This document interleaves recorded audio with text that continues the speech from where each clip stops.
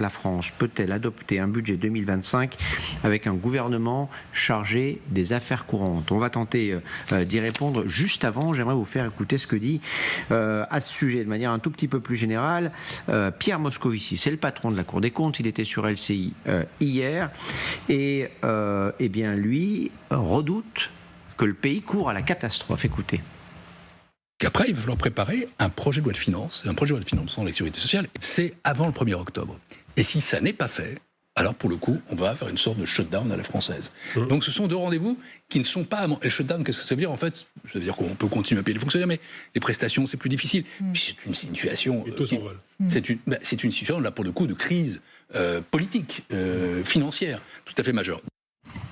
Voilà, une crise politique, financière, tout à fait majeure. Alors moi, je me suis un peu renseigné ce matin sur vos conseils, d'ailleurs, Claire, sur l'article 47 de la Constitution et l'article 39 de l'ordonnance du 2 janvier 59. Le Parlement dispose d'un délai de 70 jours pour adopter un budget. Je ne me trompe pas? Ouais, jusqu'ici. Un shutdown, d'abord. Qu'est-ce que c'est véritablement et qu'est-ce qui peut se passer? Alors, le shutdown, habituellement, on en parle lorsqu'on évoque les États-Unis, puisque régulièrement, effectivement, les bagarres entre... Shutdown, ça veut dire fermer, voilà, globalement, fermeture. Exactement. Ouais. Donc, impossibilité, effectivement, de dégager, de collecter l'impôt, de dégager des recettes, donc de payer les fonctionnaires.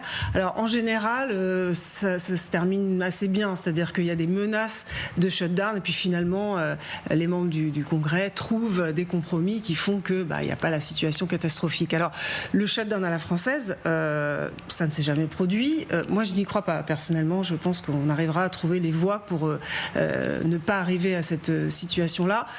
Vous avez dit qu'il y a plusieurs voies législatives. Alors, elles sont complexes. Effectivement, il y a un budget qui doit être présenté le 1er octobre. Ça, c'est une obligation constitutionnelle. Oui, tout à fait. Voilà. Normalement, en temps normal, vous êtes ministre, Thomas, vous devriez déjà avoir reçu... Parlez-moi ça. J'ai du mal avec ce que je fais. Donc, ministre, non, c'est pas possible. Faut pas insulter l'avenir. Ouais. Vous recevez normalement une enveloppe avec votre lettre de cadrage, voilà, de quel budget vous allez disposer en tant que ministre en 2025. Là, vous commencez à discuter avec Bercy, et puis ça aboutit aux lettres plafond à la mi-août. Ça sert de socle au projet de loi de finances qui, en effet, doit être déposé le 1er octobre au plus tard. Il faut savoir que 15 jours avant, il y a le Haut Conseil des finances publiques qui doit valider ce projet. Donc là, ça veut dire qu'on est à la mi-septembre à peu près. Donc, il est quand même peu probable qu'il y ait un gouvernement à ce moment-là. Donc c'est Bruno Le Maire et Thomas Cazeneuve qui doivent l'élaborer en ce moment. Je ne vous dis pas le casse-tête parce que en fait il ne faut pas qu'il y ait trop d'orientation politique dedans, de mesures trop politiques, parce que sinon il risque d'être toqué au 1er octobre. Donc on est dans une situation inédite. Vous avez parlé des voies législatives. Alors il y a effectivement ce fameux article 47 qui dit que les députés doivent se prononcer sous 70 jours. Donc ça nous amène à début janvier sur ce projet de loi de finances. Le gouvernement il peut très bien recourir au vote bloqué sur certains articles, mais je vous dis bien vote bloqué, c'est-à-dire qu'il faut qu'il y ait un vote. Et donc c'est ça la problématique, parce que vous avez cet article 47, il y a aussi le 49.3 après tout, il a déjà été utilisé, mais là aussi c'est un vote. Et en l'état actuel des choses, ce budget qui est élaboré par Bruno Le Maire et Thomas Cazeneuve, qui va le voter ? C'est ça la grande inconnue de la rentrée. Donc c'est en cela qu'effectivement on se dit il y a un risque qu'on n'arrive pas à faire voter le budget pour 2025. Tant qu'il n'y a pas de Premier ministre, tant qu'il n'y a pas de gouvernement, on n'aura pas de réponse à cela. Est-ce qu'il y a un risque parce que pas de budget, je vais tirer le fil évidemment, mais ça veut dire pas de paye pour les fonctionnaires, ça veut dire plus de retraite, ça veut dire ça, très concrètement pour nous tous, c'est quand même un gros problème. Est-ce que ce risque existe en France d'un point de vue constitutionnel? Alors, il est théoriquement possible. Mais comme votre journaliste qui nous a très bien éclairé, je n'y crois pas. D'une part, il est théoriquement possible, mais théoriquement également, la Constitution et la loi organique prévoient effectivement des moyens de l'éviter. L'article 47 de la Constitution a été évoqué. Il y a un premier mécanisme qui est que si le Parlement ne se prononce pas, c'est-à-dire si il n'y a pas de vote dans un délai de 70 jours, alors le projet de budget peut être mis en œuvre par ordonnance. C'est une habilitation directe par la Constitution qui précisément permet d'aller au-delà d'une carence du Parlement. Mais ne se prononce pas, ça veut dire qu'il ne vote pas. S'il vote contre, il s'est prononcé et il s'est prononcé contre. Et là, il y a d'autres mécanismes qui sont prévus par l'article 45 de la LOLF, c'est dans notre jargon la loi organique qui pose les règles de procédure pour adopter le budget et qui permet d'adopter ce qu'on va appeler des lois spéciales du budget. Mais là, pour le coup, il faut qu'elles soient adoptées. Il faut un vote. Et ça a été très bien expliqué. Dans l'hypothèse, donc théorique, où vraiment on n'arrive pas, le budget est rejeté. L'Assemblée nationale et le Sénat, et notamment l'Assemblée nationale, ne parviennent pas à adopter quelque chose. On est dans une situation où on peut constater l'interruption d'un fonctionnement régulier des pouvoirs publics, parce que précisément le Parlement n'arrive pas à se mettre d'accord sur la loi la plus importante, celle qui permet de faire fonctionner l'État. Il y a des menaces potentielles sur la sécurité de l'État, parce que vous avez dit qu'il n'y a plus de fonctionnaires, mais donc ça veut dire qu'il n'y a plus de police, ça veut dire qu'il n'y a plus d'armée, ça veut dire qu'il n'y a plus de protection internationale. Il n'y a plus de collecte d'impôts non plus. On rentre dans des critères qui sont là, on rentre vraiment dans l'inconnu absolu. Oui, non.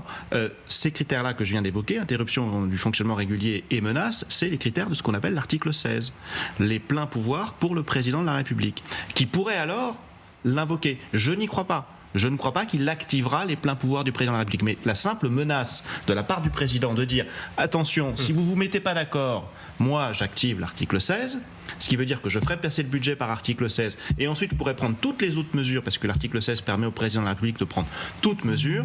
Je pense que ce sera une contrainte très forte pendant un temps. Oui, mais pour qu'ils se mettent d'accord pour adopter un budget à minima. Si on en arrive là, on n'a plus de vacances pendant 2 ans, je vous le dis à tous, on sera cloués à nos sièges respectivement les uns et les autres. Donc à la question que je posais tout à l'heure, est-ce que la France peut adopter un budget 2025 avec un gouvernement chargé des affaires courantes? La réponse est oui, on l'aura compris, ça c'est techniquement possible. On va parler de politique avec vous, les uns et les autres, sur un projet de budget. Quelles sont les positions? Alors, Bruno Le Maire a laissé un testament quand même. Il est toujours ministre mais démissionnaire. Et la semaine dernière, il a indiqué au Figaro qu'il avait rédigé les fameuses lettres de cadrage envoyées à chaque ministère.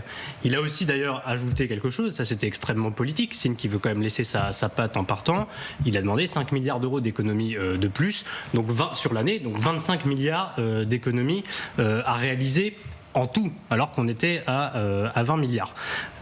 Il fait ça pour quelque part travailler son héritage, dire je ne suis pas seulement le responsable de la dette publique, je suis aussi le ministre de la rigueur et je laisse quelque chose de sérieux en partant. Donc non seulement il a laissé ses lettres de cadrage à chaque ministère, mais en plus il y a effectivement un budget qui est en train de se préparer, c'est-à-dire que Thomas Cazenave, ministre de budget, mais surtout l'administration de Bercy travaille sur un projet de budget pour 2025 parce que c'est obligatoire, gouvernement démissionnaire ou pas, gouvernement technique ou pas, paralysé à l'Assemblée nationale ou pas, le premier mardi d'octobre, il doit y avoir un budget sur la table de l'Assemblée nationale. Il doit y avoir un projet de budget rédigé par le gouvernement, rédigé par le ministère du budget sur la table de l'Assemblée nationale. Donc il n'y a pas d'empêchement juridique. Après, évidemment que le nœud de tout ça, il va être politique. Et à mon avis, ça va se dénouer à la rentrée. Si un gouvernement à la rentrée, si ça arrive mi-septembre, si ça arrive juste avant l'échéance du 1er octobre, eh bien c'est ce gouvernement qui s'emparera de la copie du budget et qui le laissera à l'Assemblée, quitte ensuite à ce que l'Assemblée fasse son travail, c'est-à-dire amender, modifier, supprimer, rajouter des amendements pour que le vote du Parlement ait lieu. S'il n'y a toujours pas de gouvernement le 1er octobre, c'est le gouvernement démissionnaire, à supposer qu'il soit toujours là. On aura quand même fait plusieurs mois de gouvernement démissionnaire, donc on n'en sera peut-être pas là, mais si tant est que ce soit le cas, ce sera le gouvernement de Gabriel Attal qui sera chargé d'essayer de faire adopter ce budget avec toutes les difficultés qui viennent d'être mentionnées, c'est-à-dire l'absence d'une majorité à l'Assemblée, alors même qu'il faut un vote obligatoire au Parlement. Claire. En tout cas, ces difficultés à concevoir un budget actuellement, parce que si mesure trop politique, ça veut dire risque d'être démis à l'Assemblée nationale, retoqué en tout cas. À ces difficultés-là, sur le plan national, s'ajoutent aussi des difficultés au plan européen, parce que le 20 septembre, il y a une autre échéance, il faut qu'on envoie notre programme budgétaire à Bruxelles. Et là aussi, ça doit être effectivement Bruno Le Maire et Thomas Cazenave qui le préparent aujourd'hui, mais il peut être aussi complètement détricoté par qui arrivera au gouvernement ou à l'Assemblée, à l'Assemblée on sait, mais au gouvernement ça reste aussi, et quelles seront les forces en présence pour le voter ou non.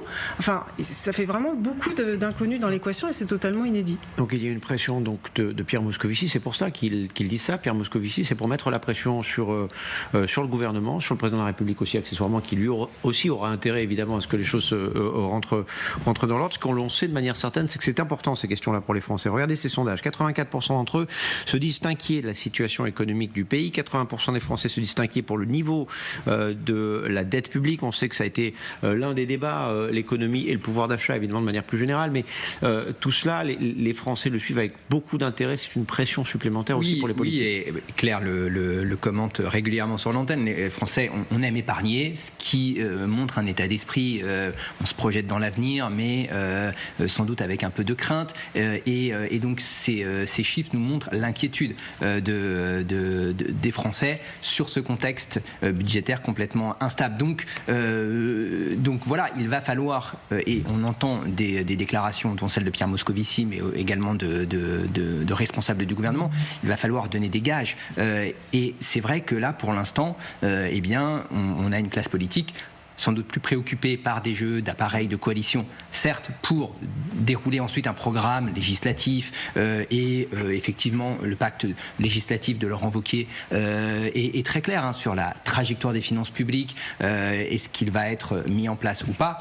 C'est ça qui se joue là dans les jours qui viennent. A priori, la semaine prochaine, on aura au sein des blocs eh bien, la présentation de programmes, de plateformes qui permettront d'avoir un peu plus de lisibilité et peut-être un accord sur une coalition plus majoritaire que les autres, on va dire.